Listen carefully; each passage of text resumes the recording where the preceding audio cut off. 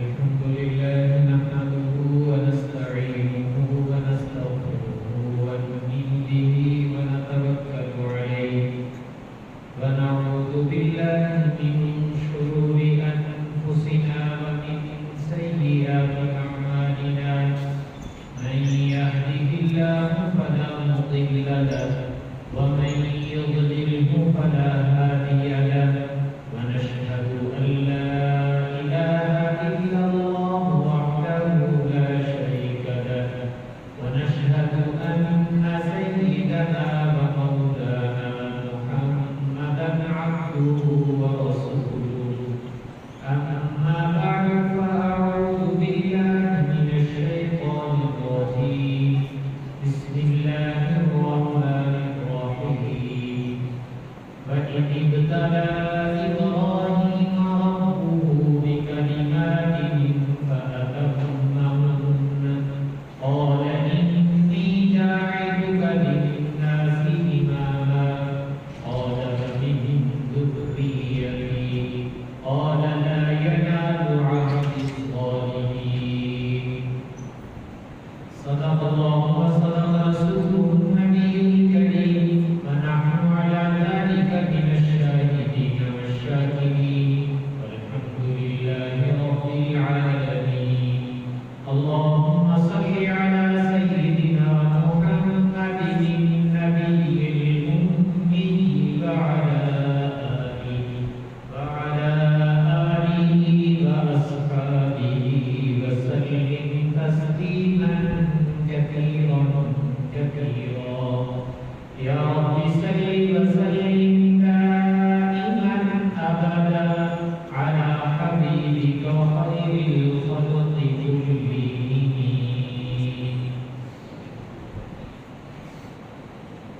اللہ جل شانہ نے اس آیت کریمہ میں سیدنا ابراہیم علیہ السلام کا فرمایا ہے اور یہ وہ پیغمبر ہیں کہ جن کی زندگی امتحانوں میں امتحانات ہیں لیکن جتنا کوئی انسان امتحانوں اور آزمائشوں میں سے گزرتا ہے تو اللہ کے ہاں اس کا مقام بھی اتنا ہی بلند ہوتا ہے۔ اللہ تعالیٰ نے ابراہیم علیہ السلام کو مقام کی بلندی یہ عطا کی کہ آپ کے بعد اس دنیا میں جتنے بھی پیغمبر آئے وہ سارے کے سارے ابراہیم علیہ السلام کی نسل سے تھے، اس لیے کہ دو طرح کے پیغمبر ہیں، آپ کے دو بیٹے ہیں، ایک سیدنا اسماعیل علیہ السلام اور ایک سیدنا اسحاق علیہ السلام۔ تو سیدنا اسحاق علیہ السلام کی اولاد سے آگے یعقوب علیہ السلام ہے اور ان کی نسل سے تمام بنی اسرائیل کے انبیاء ان کی اولاد میں سے تھے۔ تو گویا اسحاق علیہ السلام کی جو لڑی چلی ہے تو علماء انبیاء بنی اسرائیل یہ سارے کے سارے سیدنا ابراہیم علیہ السلام کی اولاد میں سے۔ دوسرے بیٹے تھے سیدنا اسماعیل علیہ السلام جنہیں ہم ذبیح اللہ کہتے ہیں، ان کی نسل میں سے اللہ تعالیٰ نے میرے اور آپ کے نبی سرور کائنات صلی اللہ علیہ وسلم کو پیدا کیا۔ آپ سیدنا اسماعیل علیہ السلام کی نسل میں سے تھے۔ تو میں نے عرض کیا کہ اللہ تعالیٰ نے ابراہیم علیہ السلام کو ان امتحانات کی وجہ سے، آزمائشوں کی وجہ سے بہت اونچا مقام عطا فرمایا، حتیٰ کہ جب آپ مکہ میں مبعوث ہوئے رسول اللہ صلی اللہ علیہ وسلم تو صورتحال یہ تھی کہ یہودیوں کا دعویٰ یہ تھا کہ ہم ملت ابراہیمی پر ہیں اور عیسائیوں کا دعویٰ یہ تھا کہ ہم ملت ابراہیمی پر ہیں اور مشرکین مکہ کا دعویٰ یہ تھا کہ ہم ابراہیم کے پیروکار ہیں۔ تو یہ سبھی لوگ یہ دعویٰ کر رہے تھے کہ ہم ابراہیم کے پیروکار ہیں، ان کے اصل وارث اور جانشین ہم ہیں۔ تو اللہ تعالیٰ نے قرآن میں اعلان کیا اِنَّا أَوْلَى النَّاسِ بِإِبْرَاهِيمَ لَلَّذِينَ اتَّبَعُوهُ وَهَٰذَا النَّبِيُّ کہ ابراہیم کے پیروکار تو وہ تھے جنہوں نے ان کے زمانے میں ان کا کلمہ پڑھا اور اب ان کے اصل یہ نبی پاک صلی اللہ علیہ وسلم ہے.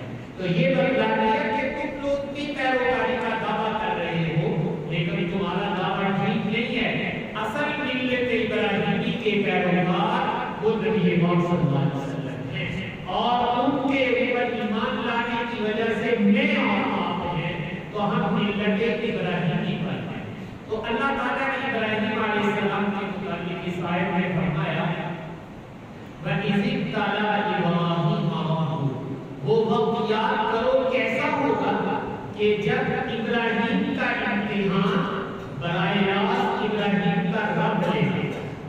اللہ تعالیٰ اپنے خلیل کا امتحان لے رہے تھے تو اللہ تعالیٰ خود کہتے ہیں اِذِ ابْتَلَىٰ إِبْرَاهِيمَ رَبُّهُ. بھائی یاد تو کرو وہ موقع کیسا ہوگا کہ جب ابراہیم کا امتحان براہ راست اللہ تعالیٰ اس کے رب لے رہے تھے. اور اللہ تعالیٰ فرماتے ہیں کہ ہم نے یہ امتحان تو بہت لیے اور بچپن ہی سے شروع ہو گئے اس لیے کہ جس ماحول میں آنکھ کھولی تھی وہ شرک اور کفر کا ماحول تھا, بت پرستی کا ماحول تھا.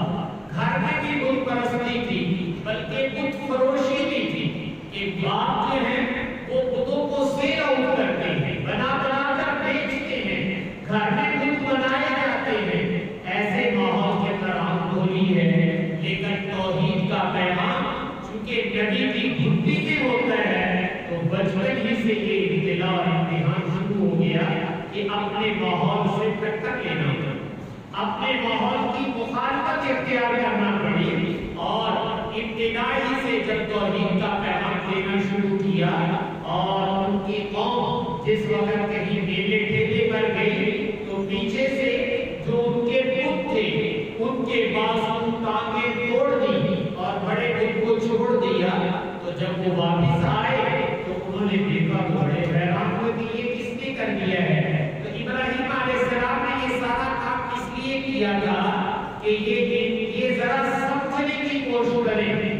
تو جب انہوں نے ابراہیم علیہ السلام سے پوچھا یہ کس نے کیا ہے تو محلے کو یہ بتا رہا تھا کہ باقی سارے ٹوٹے پھوٹے ہیں اور جو بڑا بت ہے اس کے کندھے پہ کلہاڑا پڑا ہوا ہے اور وہ آرام سے بیٹھا ہوا ہے.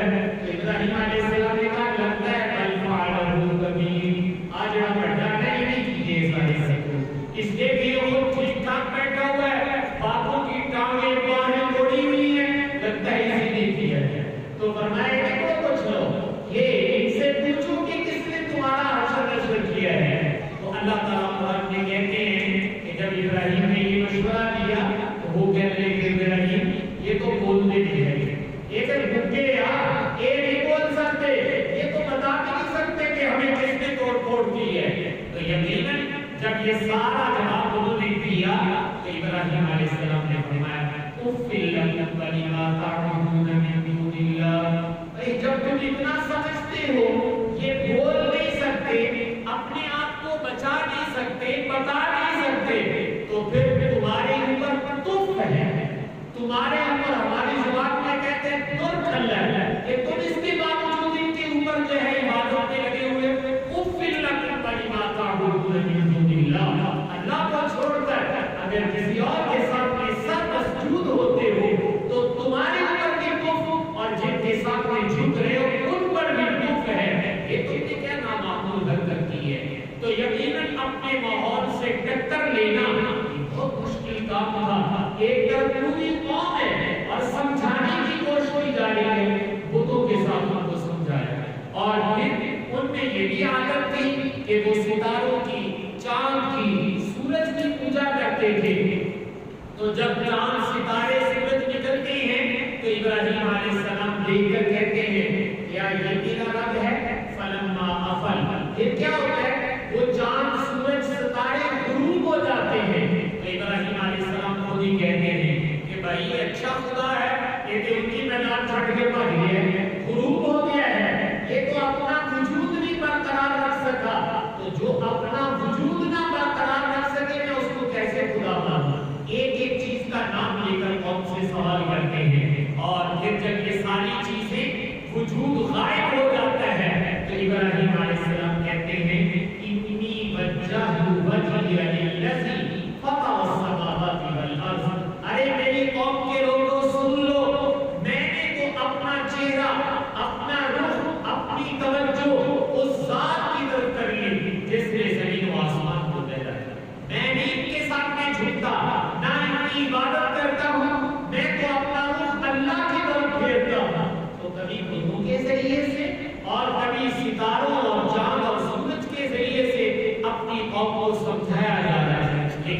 قوم نہیں مانی اور پھر آپ کو آگ میں ڈالا گیا، اللہ تعالیٰ نے آگ سے بھی زندہ اور سلامت نکالا۔ تو میں نے کہا یہ آزمائشیں ہو رہی ہیں، اور پھر قوم نے کہا کہ بھئی ان کو جلا وطن کر دو، ان کو اپنے ملک سے نکال دو۔ عراق آپ کا اصل علاقہ تھا، یہاں سے آپ کو نکال دیا گیا اور ہجرت کر کے پھر آپ جو ہے ملک شام فلسطین چلے گئے ہیں اور وہاں جا کر دین کی تبلیغ کرتے رہے ہیں، اور پھر وہاں جا کر اللہ تعالیٰ سے دعا میں دعا کی رب ہب لی من الصالحین، یا اللہ کوئی ایک اولاد ہی عطا فرما دے۔ تو اللہ تعالیٰ نے بڑھاپے میں سیدنا اسماعیل علیہ السلام عطا فرمائے۔ اب یقیناً بڑھاپے کی اولاد ہے، اور بڑھاپے میں اولاد ویسے ہی پیاری ہوتی ہے، مانگ کر لی گئی ہے، رب ہب لی من الصالحین۔ تو اللہ تعالیٰ فرماتے ہیں جب ہم نے اولاد دی تو ہم نے اولاد کے ذریعے سے ایک اور امتحان کیا۔ فلما بلغ معه السعي قال يا بني إني أرى في المنام أني أذبحك فانظر ماذا ترى۔ اب اولاد ہو گئی، اپنی جان کی قربانی دینا آسان ہوتا ہے، لیکن اولاد کی قربانی دینا بہت مشکل۔ اللہ تعالیٰ کہتے ہیں وہ بچہ اس لائق ہوا، فلما بلغ معه السعي، اپنے باپ کے آگے پیچھے بھاگتا پھرتا تھا، یعنی چلنے پھرنے کے لائق ہو گیا۔ 6-7 سال کی عمر میں بچہ اپنے باپ کے ساتھ بھاگتا پھرتا ہے، تو فرمایا جب وہ بھاگنے پھرنے لگا تو اللہ نے ایک اور امتحان لے لیا، اور کہا کہ ابراہیم خواب میں دکھایا گیا کہ اپنے بیٹے کو ذبح کر رہے ہیں۔ تو یہ خواب نبی کا تھا، اور یاد رکھنا نبی کا خواب وحی ہوتا ہے، نبی کا خواب اللہ کی طرف سے ہوتا ہے اور وہ سچا ہوتا ہے۔ تو جب خواب دیکھا تو اپنے بیٹے سے کہا یا بنی انی ارى في المنام انی اذبحک فانظر ماذا ترى، بیٹے میں نے خواب میں دیکھا ہے کہ میں تمہیں ذبح کر رہا ہوں، ذرا بتاؤ تو صحیح تمہاری رائے کیا ہے، کی کرنا چاہیے بیٹے، کر دو نا ذبح۔ تو یہ نبی کا بیٹا ہے اور نبی کے گھر میں پیدا ہوا ہے، وہ نہار بیٹے کے جتنے بات۔ تو اللہ تعالیٰ نے جس کو کچھ بنانا ہوتا ہے اس کی ادائیں بچپن ہی سے بہت اچھی ہوتی ہیں، یاد رکھیے گا۔ تو یہ ابراہیم علیہ السلام کے گھر میں پیدا ہونے والا بیٹا جو دعائیں مانگ کے دیا گیا ہے، انہوں نے کہا یا ابت افعل ما تؤمر، ابا جان آپ کو جو آرڈر ملا ہے نا، اس لیے کہ آپ نبی ہیں، نبی کو خواب کے ذریعے سے بھی جو بتایا جاتا ہے وہ اللہ کا حکم ہوتا ہے، وہ وحی ہوتی ہے۔ لہٰذا میں کہتا ہوں یا ابت افعل ما تؤمر، جو آپ کو حکم دیا گیا پورا کر کے دکھا دو، ستجدنی انشاءاللہ من الصابرین، اگر میرے اللہ نے چاہا، اس نے توفیق دی تو انشاءاللہ میں بھی صبر کروں گا، کوئی مسئلہ نہیں ہے۔ اللہ کے نام پہ جان دینے میں اس کے لیے تیار ہوں، میں صبر کروں گا، آپ اپنے اللہ کا حکم پورا کر کے دکھائیں۔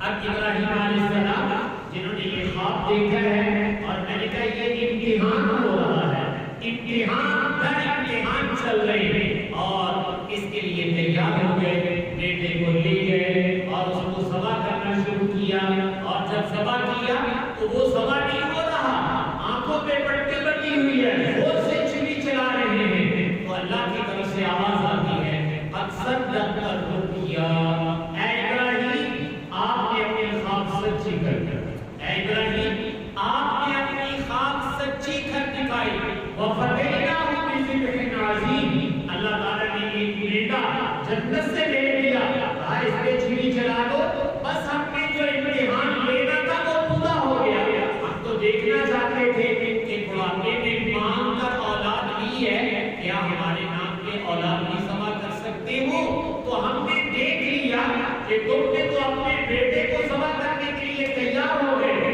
اور بیٹا بھی خوش قسمت جو یہ کہہ رہا ہے یا ابت افعل ما تؤمر، ابا جان کیجئے جو اللہ نے آپ کو حکم دیا ہے، اور تم نے جب چھری چلا دی ہم سمجھ گئے کہ تم امتحان میں کامیاب ہو گئے، تو اللہ خود اعلان کر رہے قد صدقت الرؤیا، آپ نے خواب پورا کر۔ اسی کے ساتھ اس سے پہلے جب اپنی بیوی سیدہ ہاجر اور اسماعیل بالکل نو مولود چھوٹے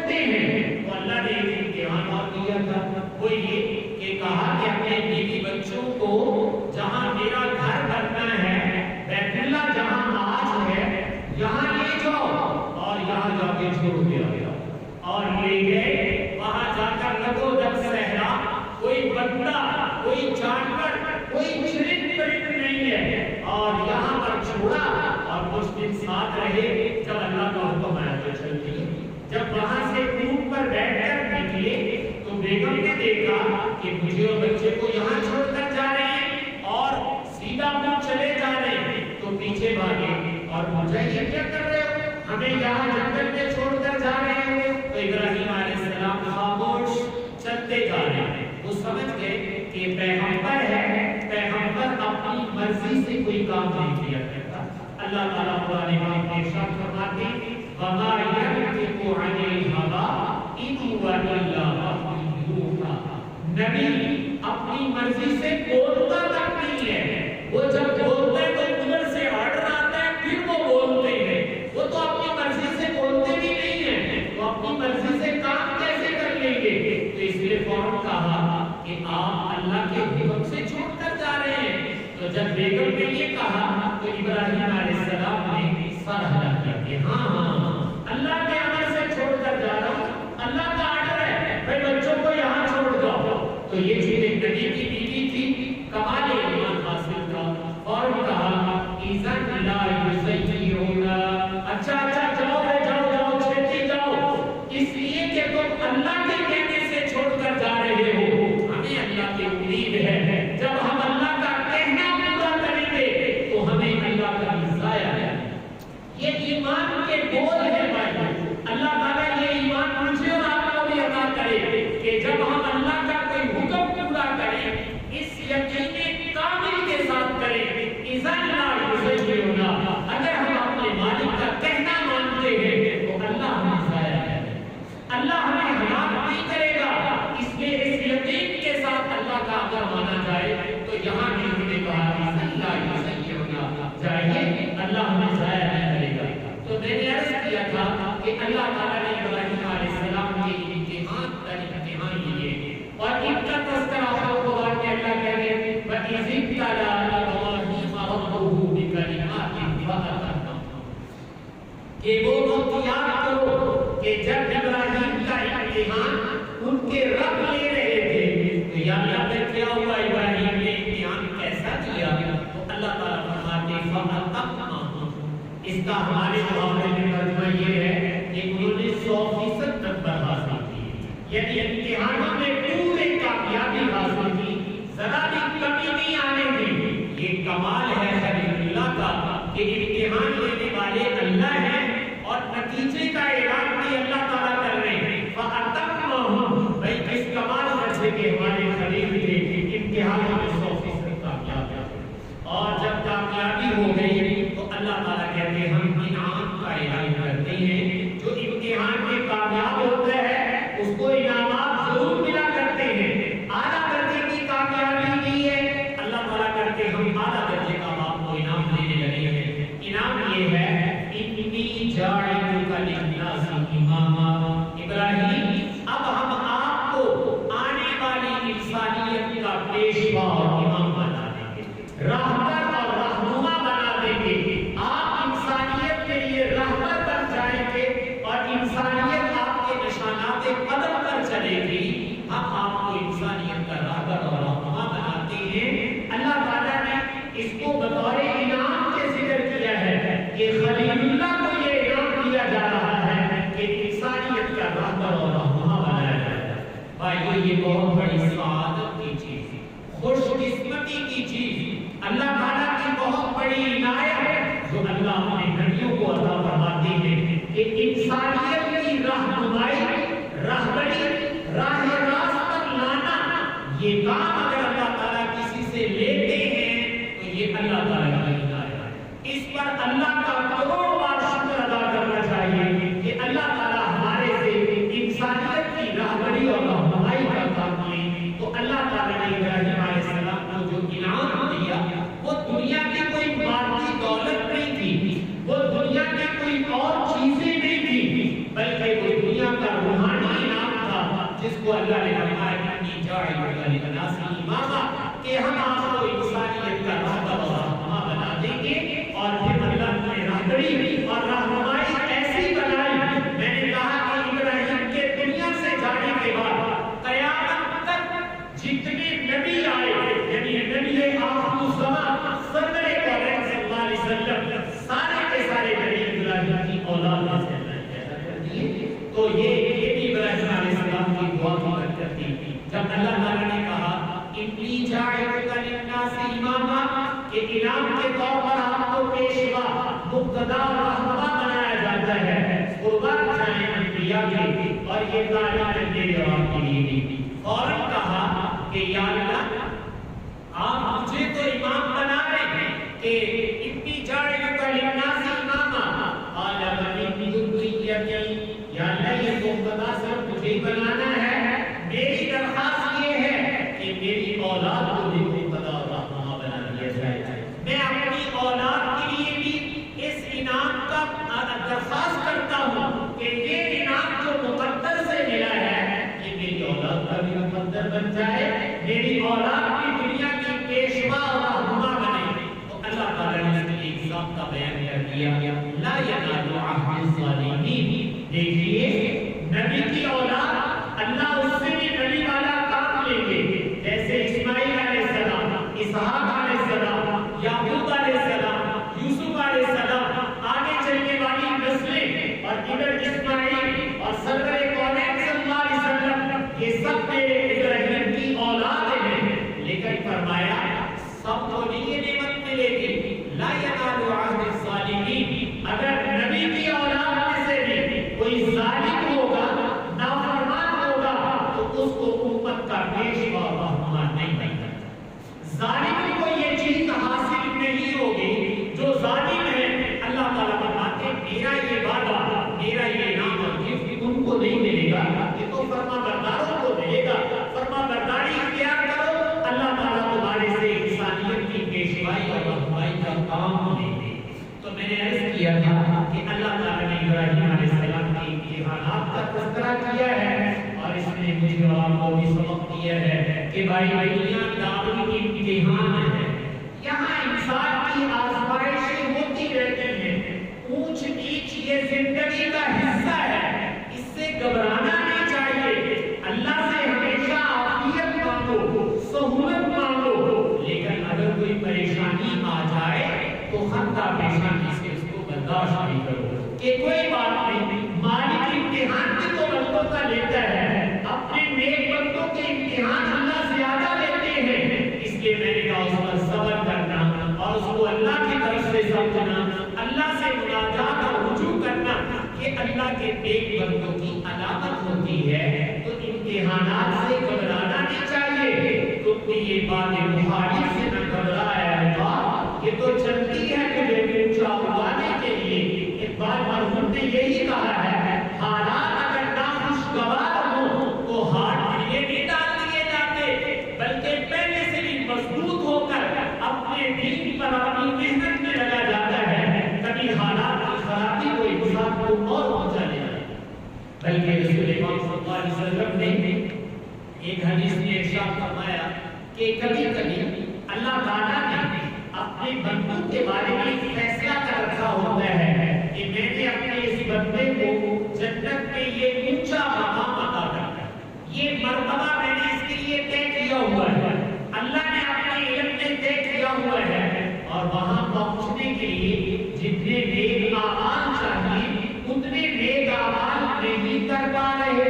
اب عمل تو اتنے نہیں ہیں کہ اس بلندیے مقام پر پہنچا دیا جائے لیکن اللہ کا فیصلہ ہے کہ بندے کو وہاں پہنچانا ہے. تو فرمایا اللہ تعالیٰ پھر اپنے بندے کے ساتھ یہ معاملہ کرتے ہیں کہ دنیا میں اس کو مسائل، الجھنے اور خلاف طبع چیزیں ان میں مبتلا کر دیتے ہیں اور وہ جو دیکھنے کو مسائل لگ رہی ہیں، الجھنے اور تکلیفیں لگ رہی ہیں، یہ بھیج کر اللہ تعالیٰ اپنے بندے کے درجات کو بلند کرنا چاہتے ہیں تاکہ جنت میں جو اس کا مقام طے کیا گیا ہے یہ اس سفر کو پورا کر لے اور اپنے مقام پر پہنچ جائے. تو میں نے عرض کیا تھا کہ یہ اللہ تعالیٰ بلند یہ مقام کے لیے بھی دے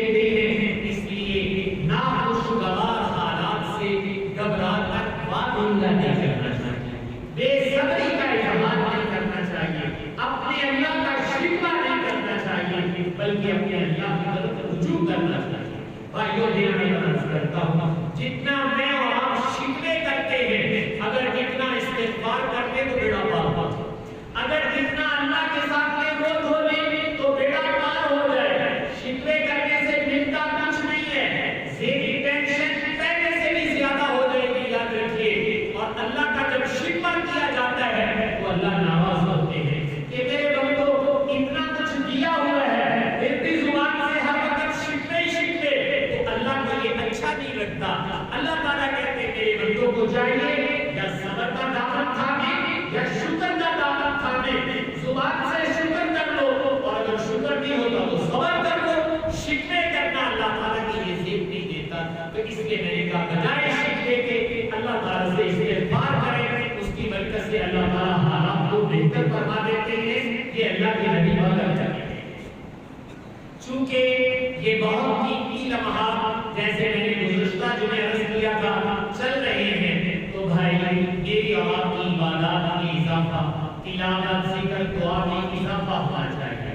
کل 9 ذی الحجہ ہے، حدیث میں آتا ہے کہ جو 9 ذی الحجہ کا روزہ رکھے گا اللہ تعالیٰ 1 سال گزشتہ اور 1 سال آئندہ کے گناہ معاف فرما دیں گے۔ تو اللہ تعالیٰ توفیق عطا فرمائے تو کل 9 ذی الحجہ کے روزے کا اہتمام کر لیا جائے، اس سے اللہ تعالیٰ گزشتہ اور آئندہ سال کے صغیرہ گناہوں کو معاف فرما دیتے ہیں۔ تو آپ صلی اللہ علیہ وسلم خود بھی اہتمام کرتے تھے، اپنی امت کو بھی اس کی تعلیم دی ہے، تو بھائی کل کے روزے کا اہتمام کیا جائے۔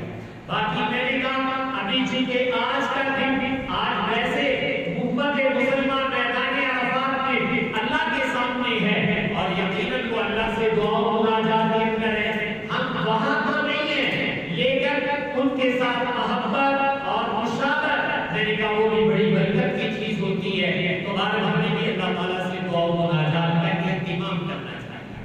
اور اسی کے ساتھ کل یعنی ہفتے والے دن شام کو، جس کو ہم چاند رات کی بازونا کہتے ہیں، عید کی رات کہہ دیتے ہیں، تو یہ رات بھی بڑی اہتمام والی ہے۔ رسول پاک صلی اللہ علیہ وسلم نے ارشاد فرمایا جو عیدین کی راتیں یعنی عید الفطر کی رات اور عید الاضحیٰ کی رات، ان راتوں میں جاگ کر اللہ اللہ کر لے، کچھ عبادت کر لے، نوافل ذکر دعا تلاوت کر لے، تو فرمایا عیدین کی راتوں میں جو اللہ اللہ کرتا ہے اللہ تعالیٰ اس کو یہ انعام عطا فرمائیں گے کہ قیامت کے دن جب قیامت کا ہولناک منظر سامنے آئے گا تو دل مردہ ہو جائے گی اور طبیعت ایسے ہو جائے گی جیسے نشہ ہوتا ہے، لیکن اللہ تعالیٰ فرماتے وہ نشہ نہیں ہوگا۔ ان زلزلۃ الساعۃ شیء عظیم، قیامت کا جھٹکا اتنا سخت ہوگا کہ لوگ حواس باختہ ہو جائیں گے اور یوں لگے گا جیسے یہ نشے میں گھوم پھر رہے ہیں۔ تو اللہ کے نبی فرماتے ہیں جو عیدین کی راتوں میں عبادت کرے گا اللہ اس کے دل کو زندہ اور سلامت رکھے گا۔ یہ قیامت کی ہولناکی، قیامت کی ہیبت، قیامت کی پریشانی اللہ تعالیٰ اس سے حفاظت فرمائیں گے، اس لیے کہ یہ عیدین کی راتوں میں عبادت کرنے کا آتا ہے۔ تو بھائی عیدین کی راتوں میں عشاء کی نماز کو پڑھنی ہے، عشاء کے بعد آدھا گھنٹہ، پونا گھنٹہ، صبح اٹھ سکو تو صبح، بارہ جو کر سکو اپنے گھروں میں ماحول بناؤ۔ اگر قیامت کی ہولناکی سے بھائی بچنا چاہتے ہو تو اس کا طریقہ یہ ہے کہ عیدین کی راتوں میں کچھ نہ کچھ عبادت ہونی چاہیے۔ تو جو ہمارے نبی عبادت کے اوقات بتا کر گئے ہیں، ہم ان اوقات کو ضائع نہ جانے دیں، اس لیے عیدین کی راتوں میں بھی عبادت کا اہتمام، اور ابھی جو 2.5 دن باقی ہیں اس میں بھی خوب عبادت کا اہتمام، اور کل کے روزے کا بھی میں نے کہا اہتمام۔ اس انداز سے اگر میں اور آپ یہ قیمتی لمحات گزاریں گے تو انشاءاللہ یہ میری اور آپ کی نجات اور اللہ کی قرب و رضا کا ذریعہ بنیں گے۔ حق تعالیٰ سے دعا ہے کہ حق تعالیٰ مجھے